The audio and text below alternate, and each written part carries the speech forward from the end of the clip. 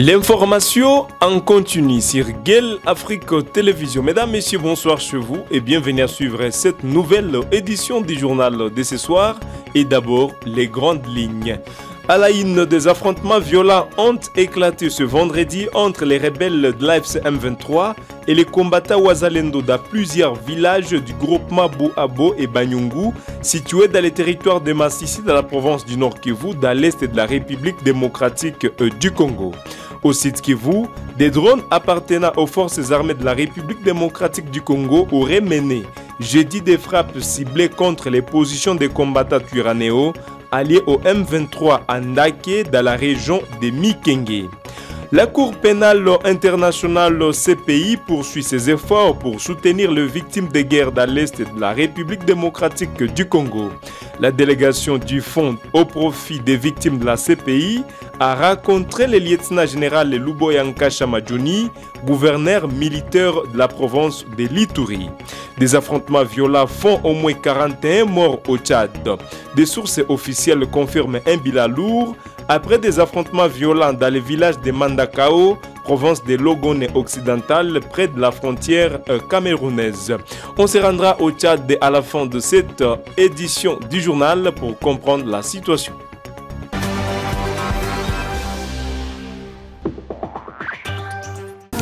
Mesdames, Messieurs, bonsoir. Bienvenue au développement de ces titres. Ouvrons ce journal dans l'est de la République démocratique du Congo, de la province du Sud Kivu. Des drones appartenant aux forces armées de la République démocratique du Congo auraient mené le jeudi 15 mai 2025 des frappes ciblées contre les positions des combattants Twiranéo alliés au M23 à Ndake dans la région de Mikenge. Selon des sources sécuritaires locales, l'opération aurait causé d'importants dégâts dans le secteur d'Itombwe, précisément dans le groupement Bassimu Kinji 1, territoire de Mwenga, province du Sud Kivu. Aucun bilan officiel n'a encore été communiqué jusqu'à présent.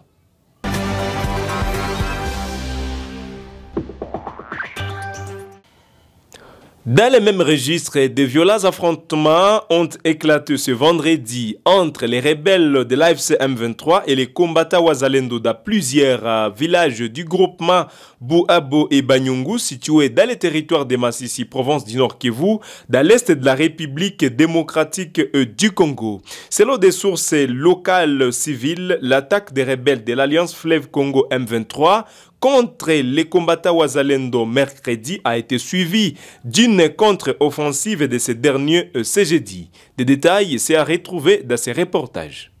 Depuis l'aube, le territoire de Massissi, dans l'est de la République démocratique du Congo, est le théâtre de violents affrontements entre des groupes armés, les rebelles du M23 et les combattants Wazalendo.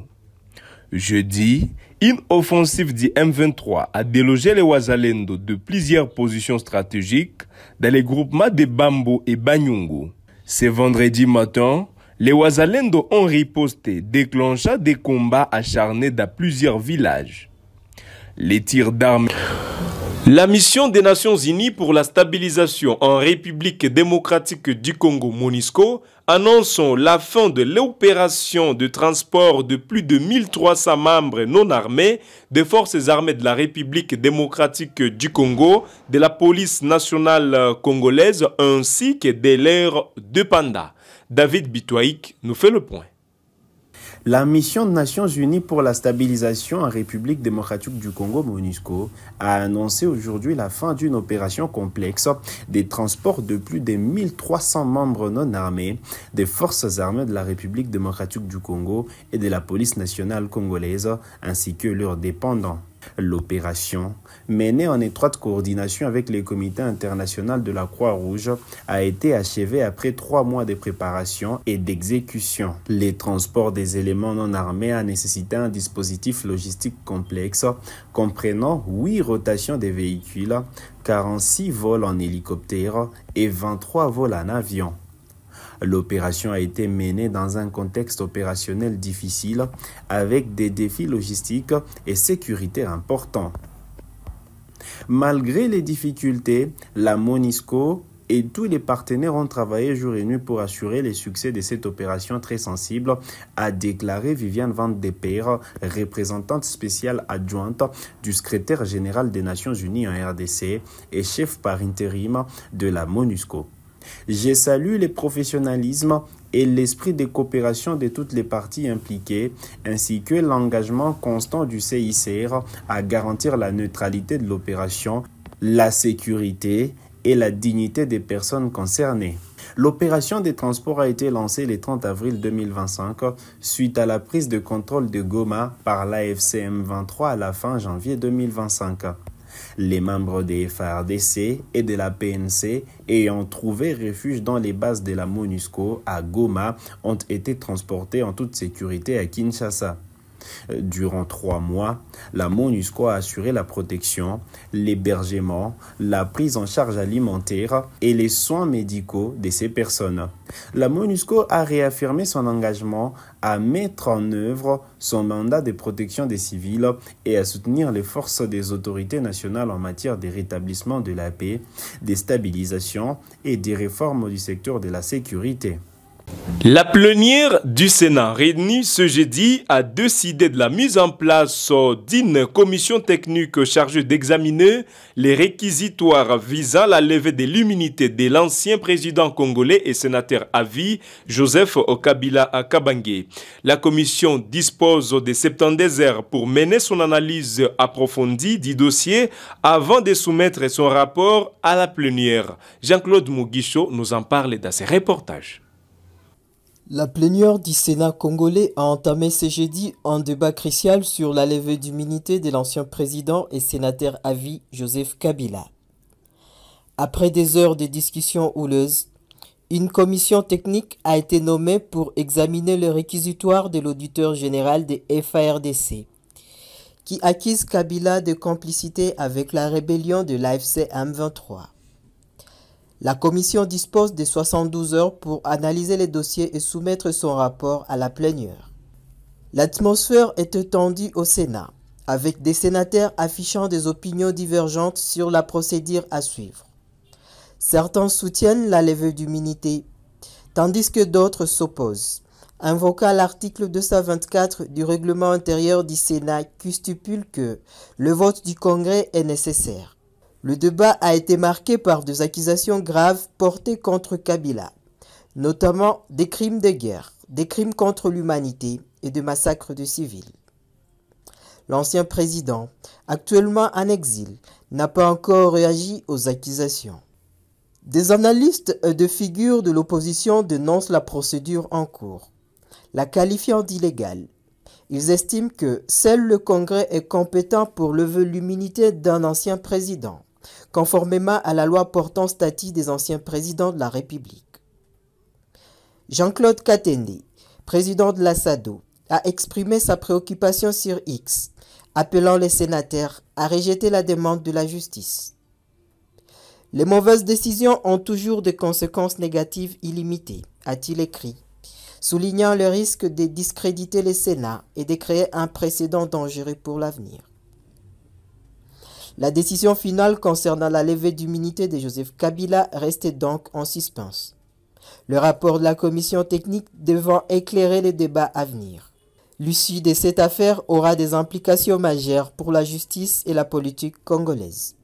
La Cour pénale internationale poursuit ses efforts pour soutenir les victimes de guerre dans l'Est de la République démocratique du Congo. La délégation du Fonds au profit des victimes de la CPI a rencontré le lieutenant-général Luboya Nkashama Johnny, gouverneur militaire et commandant des opérations dans la province de l'Ituri, ce jeudi 15 mai 2025 au gouvernorat de la province. Reportage.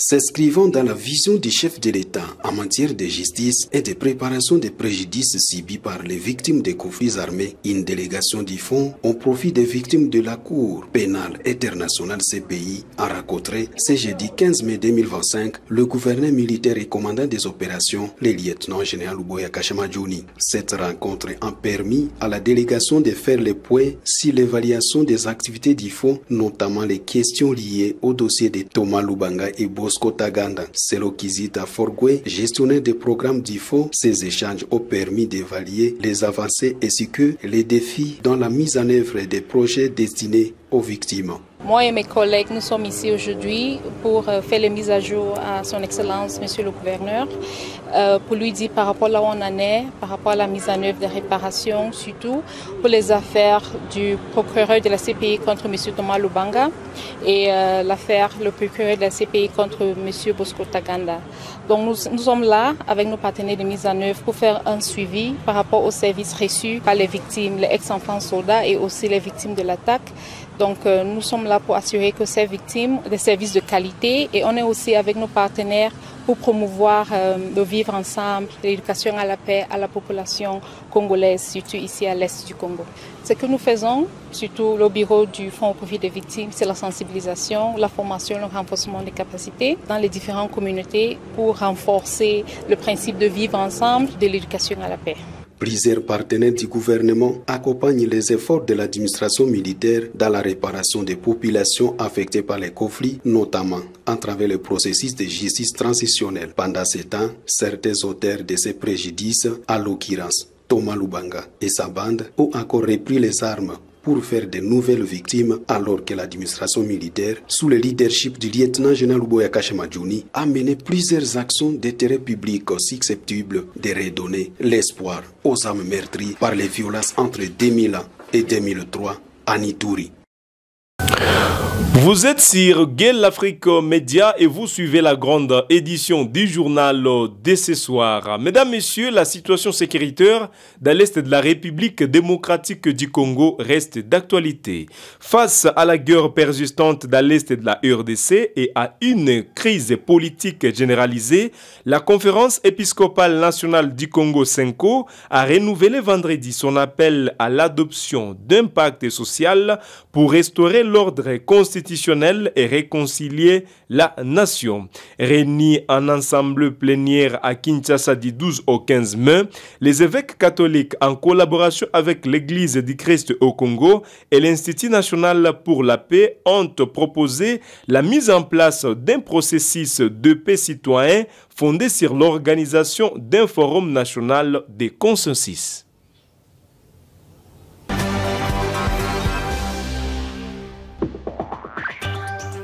La ministre d'État congolaise en charge des affaires étrangères, Thérèse Kaikwamba Wagner, a appelé les membres du Conseil de sécurité de l'Organisation des Nations Unies, y compris les Rwandais, à respecter les droits humanitaires internationaux sur les sols congolais. Lors de la conférence sur le maintien de la paix à Berlin, la chef de la diplomatie congolaise a accusé les Rwandais de violer l'intégrité territoriale de la République démocratique du Congo. Des détails, c'est à suivre dans ces reportages. La ministre d'État congolaise des Affaires étrangères, Thérèse Kaikwamba, a lancé un appel pressant aux membres du Conseil de sécurité de l'ONU, y compris les Rwandais, pour qu'ils respectent les droits humanitaires internationaux sur le sol congolais. S'exprimant à marge de la conférence sur les métiers de la paix à Berlin, la chef de la diplomatie congolaise a accusé les Rwandais de violer l'intégrité territoriale de la RDC et de s'associer à des violences contre les soldats de la paix. Les Rwandais étant un grand contributeur aux opérations des métiers de la paix, violent pourtant notre intégrité territoriale et est impliqué dans des actes de violence contre les soldats de la paix, a-t-elle déclaré. Kaikwamba a également rappelé la volonté de la RDC de poursuivre le pourparlers de paix, tout en exigeant que les Rwandais et ses alliés honorent leur engagement. Nous verrons si les Rwandais vont respecter ses promesses, que ce soit au Qatar ou aux États-Unis, a-t-elle ajouté. La ministre a souligné que la situation des droits de l'homme dans l'est de la RDC est préoccupante, avec l'armée rwandaise qui continue de commettre des exactions contre la population civile. Profitant de sa présence à Berlin, Kaikwamba a également fait campagne pour la candidature de la RDC comme membre non permanent du Conseil de sécurité de l'ONU pour la période 2026-2027. À présent, parlons diplomatie dans cette édition du journal de ce soir. Le conseiller principal pour l'Afrique au département d'État américain, Massad Boulos, a annoncé ce jeudi 15 mai 2025 que les discussions en vue de la signature d'un accord de paix entre la République démocratique du Congo et la République du Rwanda évoluent de manière encourageante. Cette annonce fait suite à des échanges directs entre les présidents Félix Tshisekedi et Paul Kagame dans le cadre de la déclaration des principes signée à Washington sous l'égide des États-Unis d'Amérique. Je l'ai annoncé au sommaire, des affrontements violents font au moins 41 morts au Tchad. Des sources officielles confirment un bilan lourd après des affrontements violents dans le village de Mandakao, province de Longone occidentale, près de la frontière camerounaise. Des détails, c'est à suivre dans ce reportage de notre correspondant au Tchad. Un massacre a eu lieu mercredi 14 mai dans le village de Mandakao, situé dans la province d'Ilogone occidentale, près de la frontière camerounaise. Selon des sources officielles, au moins 41 personnes ont été tuées et plusieurs autres blessées lors des violents affrontements. Le village a été attaqué par des groupes armés et des témoins rapportent que des ferriques, des campements nomades et près de 80 cases ont été incendiées. Des habitants ont été assassinés, majoritairement des femmes et des enfants, selon une source judiciaire. Plusieurs blessés ont été évacués vers l'hôpital du district de Baïnamar, à environ 80 km de Mundu, où certains ont succombé de leurs blessures. Les causes exactes du massacre restent floues, mais plusieurs habitants de Mandakao affirment qu'un conflit intercommunautaire serait à l'origine des affrontements. Ce genre de conflit existe, mais la situation est plus grave que d'habitude, précise une source judiciaire. Les massacres étaient affreux, il a endeuillé tout le village. Une enquête a été ouverte pour déterminer les circonstances exactes du drame. Les forces de défense et de sécurité tchadiennes, déployées rapidement sur place, ont déjà interpellé 82 personnes dans le cadre de l'enquête. Les ministres de la Sécurité et les ministres de l'administration du territoire se sont rendus sur place jeudi et le calme est revenu dans les villages. Nous sommes contents de vous annoncer la fin de cette édition du journal de ce soir sur Guel Afrique Média. Mesdames, Messieurs, nous vous disons merci de nous avoir choisis pour vous mettre au parfum de l'actualité ce soir. Nous vous souhaitons une bonne soirée tout en vous appelant à vous abonner et surtout à activer la cloche de notification. Bonne soirée chez vous et à la prochaine pour d'autres informations.